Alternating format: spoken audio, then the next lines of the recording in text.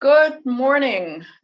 This is being recorded on December 6th, and it's important because it's recorded before Biden and Putin have their discussion about Ukraine, and it's also before the Iranian nuclear talks resume in Vienna.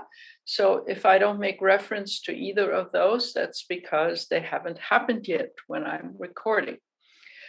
So the topic today is US foreign policy, and one never knows where to start. I want to talk about contemporary US foreign policy, but the world doesn't start the day, let's say, the Biden administration gets elected.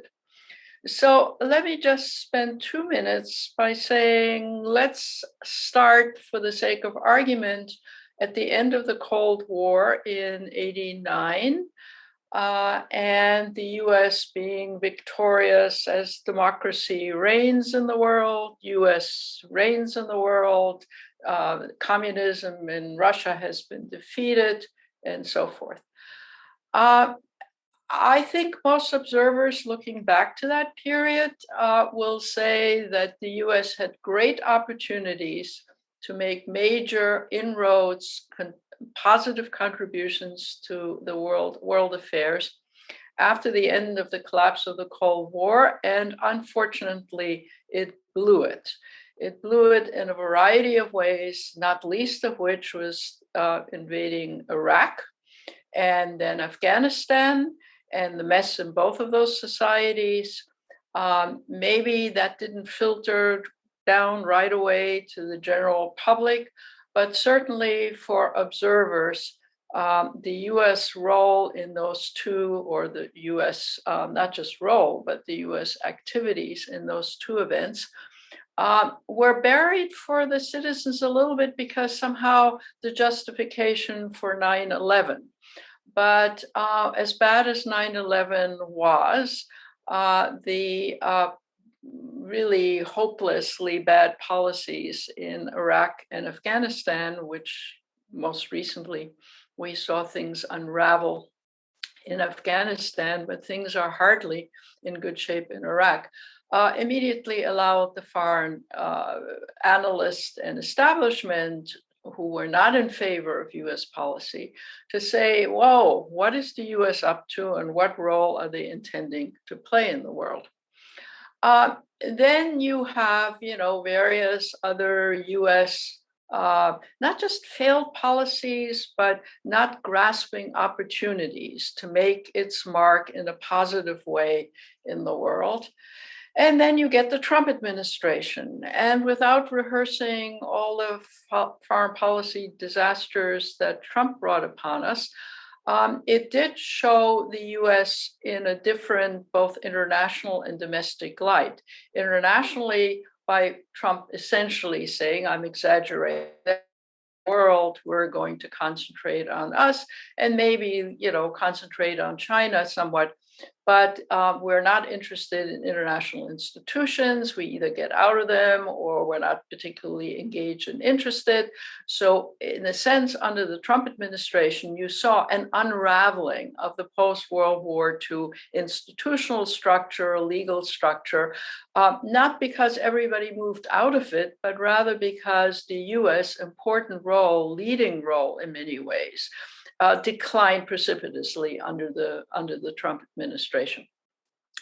And so when the Biden was elected, the general idea and the general drift was, well, now finally an experienced hand in foreign policy will come to the fore and we will return to more sensible US policies. Now, before I talk about whether we've returned to more sensible US policies, let me say that the rest of the world, as alarmed and askance as they looked on Trump's foreign policy, also, of course, became very alarmed because of our domestic policy, because after all, January 6th happened. It looked to the rest of the world like we were very close to a coup. It looked to Americans like that too. It looked like American democracy with all its flaws that the rest of the world recognized over the years, racism, civil rights, guns, and so forth, but still seemed to be a stable, structured democracy, a role model, at least at the macro level. And then all of a sudden, we looked very weak. We looked as if we might very well go, as some other countries have gone, of an overthrow of a democratic system and some form of authoritarian system. So the rest of the world got very alarmed about the US, quite aside from its any particular foreign policy. And this alarm about the unsteadiness of the US and how you can count on the US in world affairs became widespread, and I would say deep in the psyches, both of our allies and our enemies or countries we don't have a lot to do with.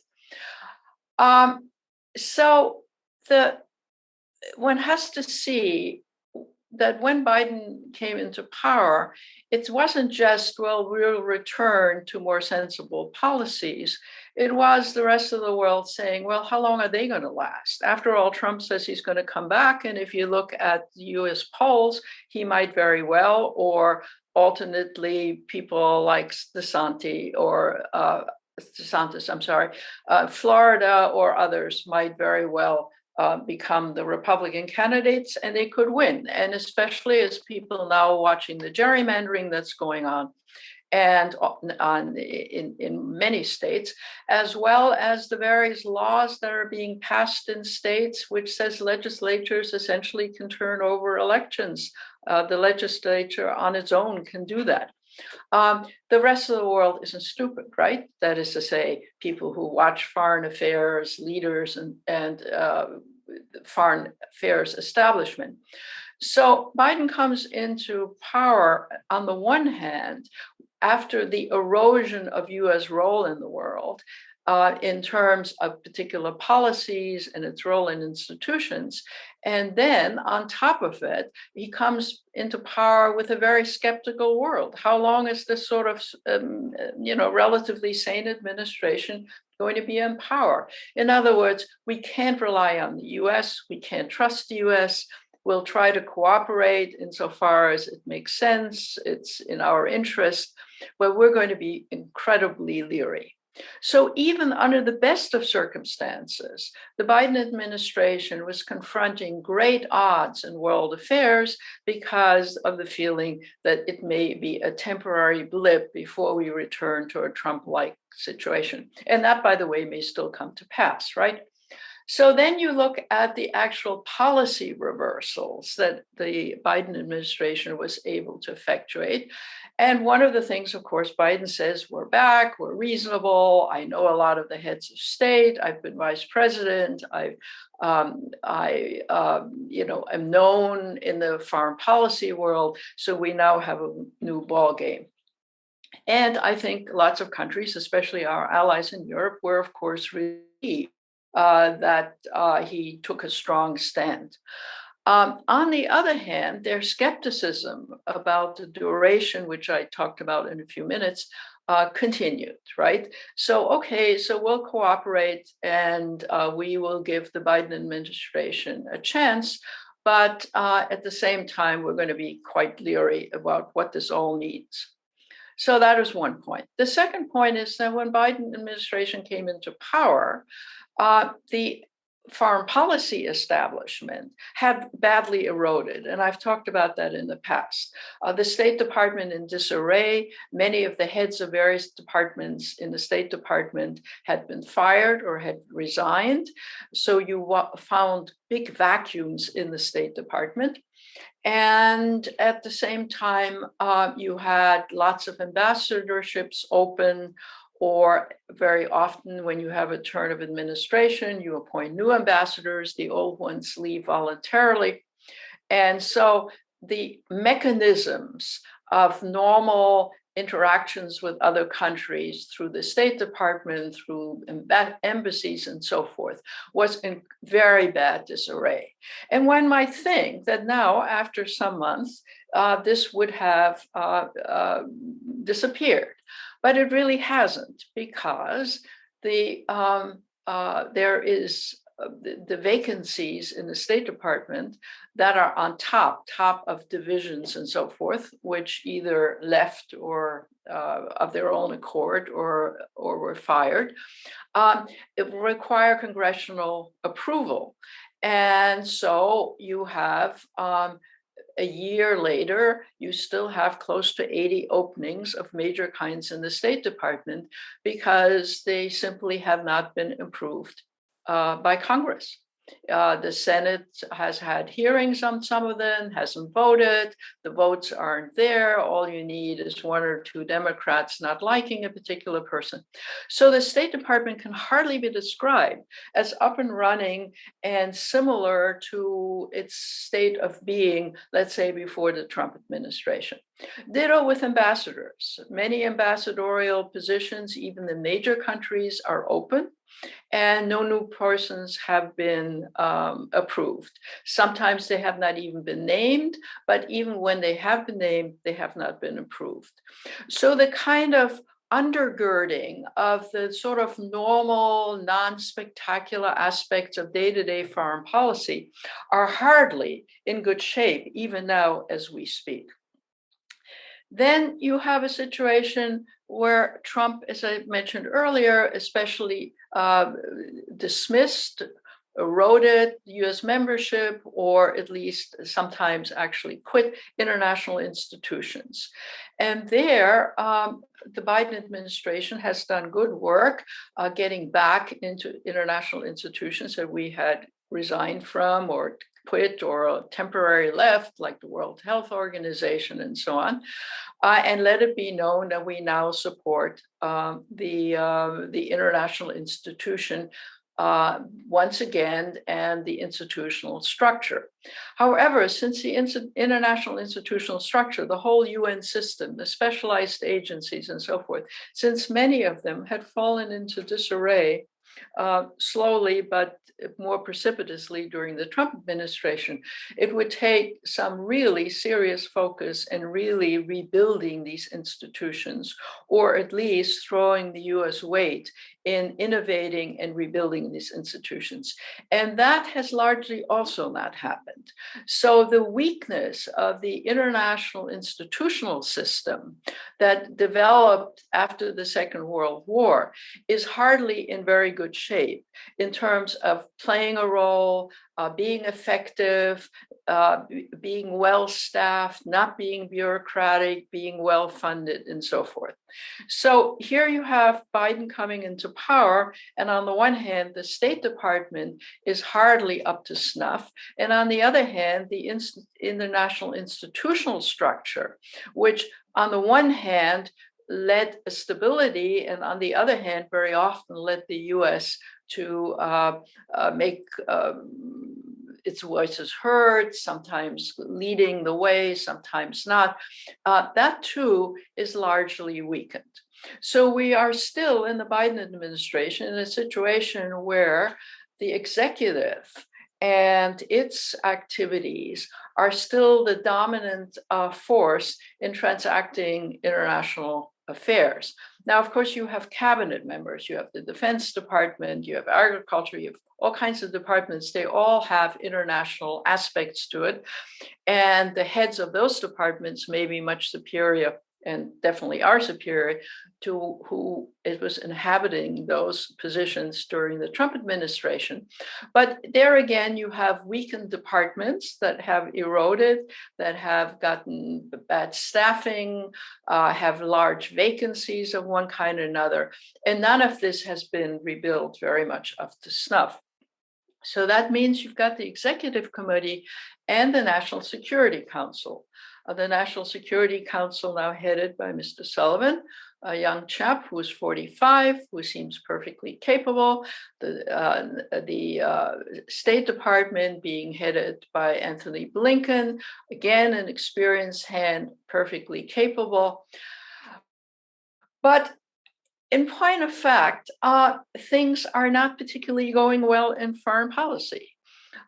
And it's not just that the Chinese and the Iranians and so forth, that I'll talk about in a minute, are acting up in one fashion or another, but it's also that there is a kind of a lacklusteredness about it all, which is a combination of people around the world, leaders around the world, uh, giving the Biden administration a chance to demonstrate its capacity, and at the same time looking at the Biden administration and saying, whoa, actually, in many areas, they're continuing the policies of the Trump administration very quietly. It's sort of continuity, it's ongoing.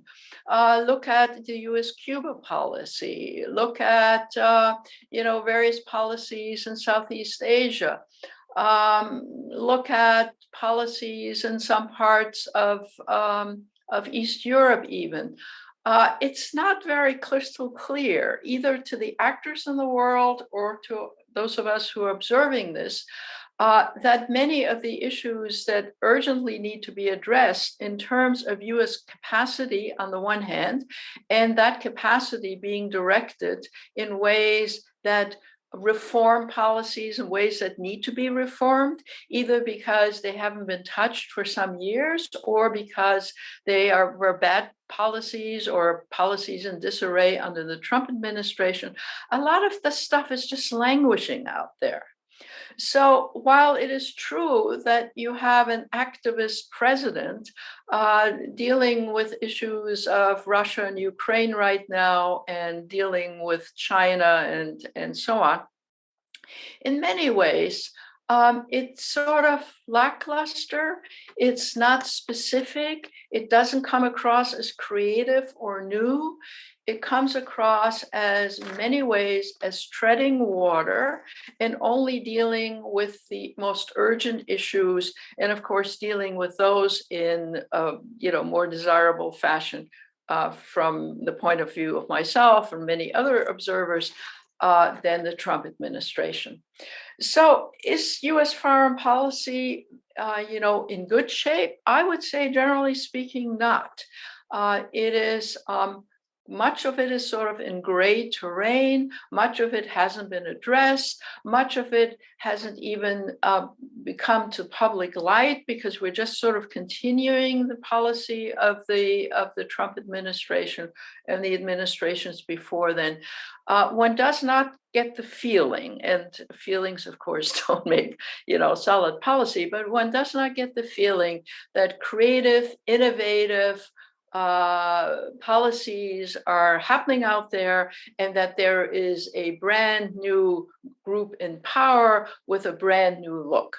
What it looks like is that sensible people who won't do irrational things like the Trump administration are now in power, but the rationality has not as yet led to really new and innovative thinking that is desirable and necessary. That in turn leads our allies, for example, European Union, to say, okay, we'll give them a chance, we'll cooperate, but not being very sanguine about what's going on. Or the ability to say, okay, we've turned a page and now we're in a totally new ballgame. It looks a lot, in many ways, like treading water at the moment. So let me then take some specifics and say, for example, the most obvious specifics at the moment are Russia, China, and Iran. In the case of China, we have not changed US policy a lot from previous years. We are always at the brink of, saying China is our enemy. And China certainly is in the process of overtaking us as a world power. But by focusing on Hong Kong and China's takeover of Hong Kong, its policies with the Uyghurs, its threats with Taiwan, these are all serious issues and issues that need to be addressed. But it's not as if we have turned a corner in saying, okay, China, there are things we're disagreeing about, and there are things we rightfully will criticize, like its human rights policy and the dangers China presents for Taiwan and in the area, the water areas around that area.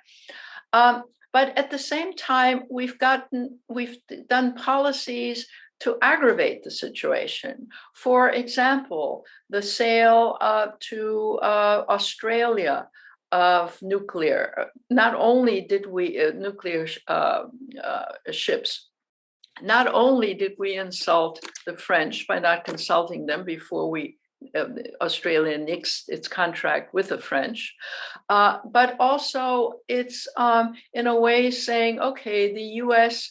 on the one hand criticizes China for, mucking about in the areas surrounding China, its sort of territory that it thinks it should control. On the other hand, we're sort of engaged in fairly activist counter policies with very unclear where this will all lead, because there is no way to stop China from being controlling the area around China. Neither the US nor anybody else can stop China unless you want to have a major war, which nobody particularly wants or is even in the position to have. So what exactly are we doing there? Countering China in what it conceives to be its sort of territorial area is not a good way to quiet and manage the China relationship. Ditto with economic relationships. I mean, the various tariffs and so forth is not saying, we will make gestures and get rid of some of these tariffs. One way to deal with commercial relationships with China would be to strengthen the World Trade Organization. We haven't done that. So I would say, with respect to China, whatever one wants to charge China with, and however disagreeable its authoritarian government might be, a kind of realist perspective of China as this century's major power, and the US continuing to play a major role, has not been sorted out, if you're asking my opinion. Both Blinken and Sullivan and Biden have made noises here and there, but we don't have a clear policy of saying, okay, figure out a way to manage our China policy more effectively.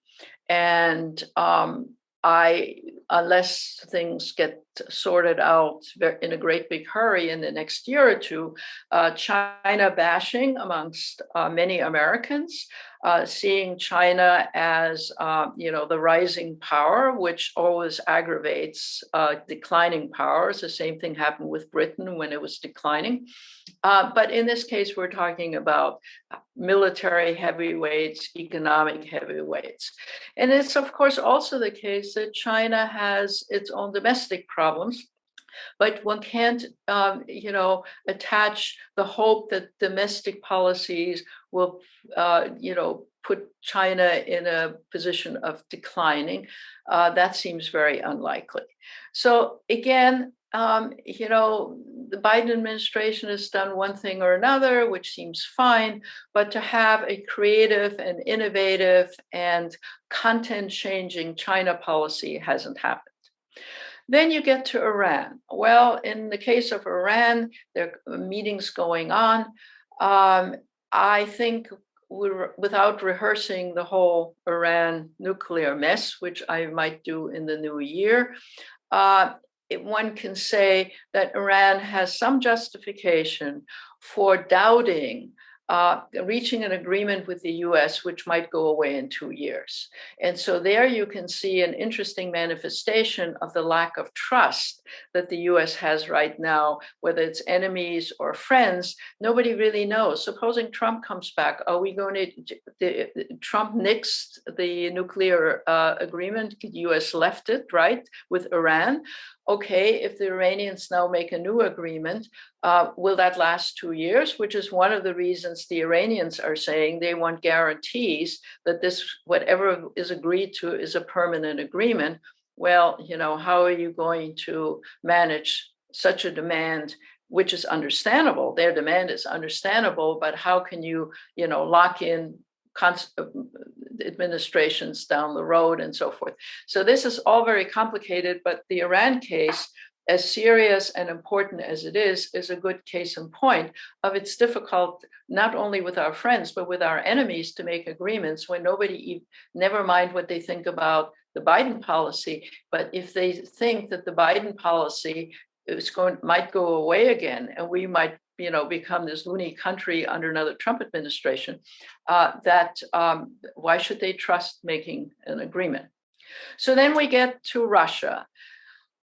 The case of Russia and the Ukraine, as I said, Biden and Putin will soon have a discussion about all of this.